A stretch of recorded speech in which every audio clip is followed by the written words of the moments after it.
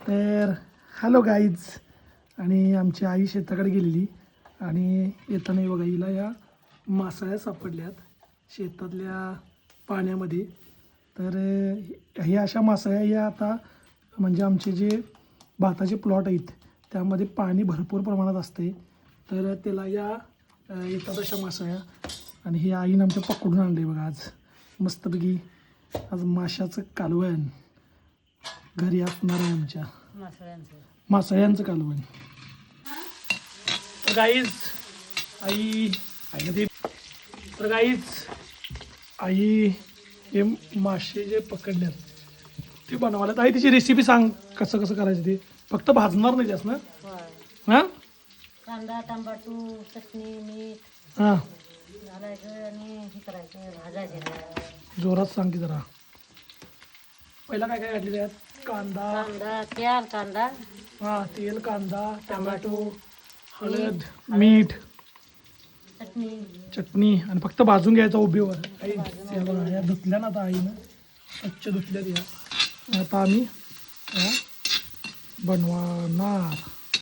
हे पाण्यातले जे ओप्यातले मासे आहेत ते टेस्टला खूप भारी लागतात. आणि गावाकडे बनवायची जी पद्धत आहे ती खूप भारी आहे. फक्त हे असं मिश्रण बनवून त्यामध्ये या भाजून घ्यायचं कमी याच्यावरती,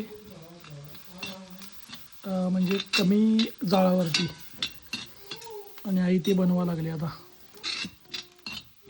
तर गाईज हे पूर्ण कांदा वगैरे टमॅटो ते सगळं चांगलं शिजले. आता त्यामध्ये ही आई मासे घालणार. बघा मासे कसले आहेत बघा या भारी.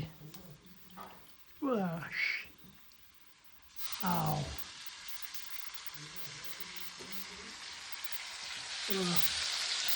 गावची पद्धत आहे कशी बनवायची. आई असं काय तर नवीन नवीन बनवते, मस्त वाटते खायलाही.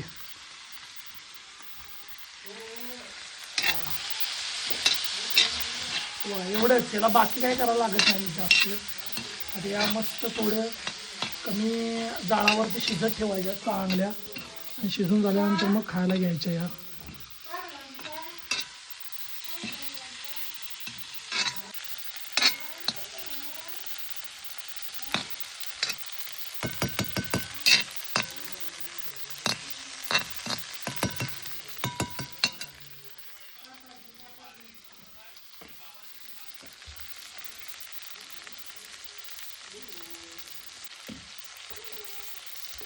छडा टाक बंद करता.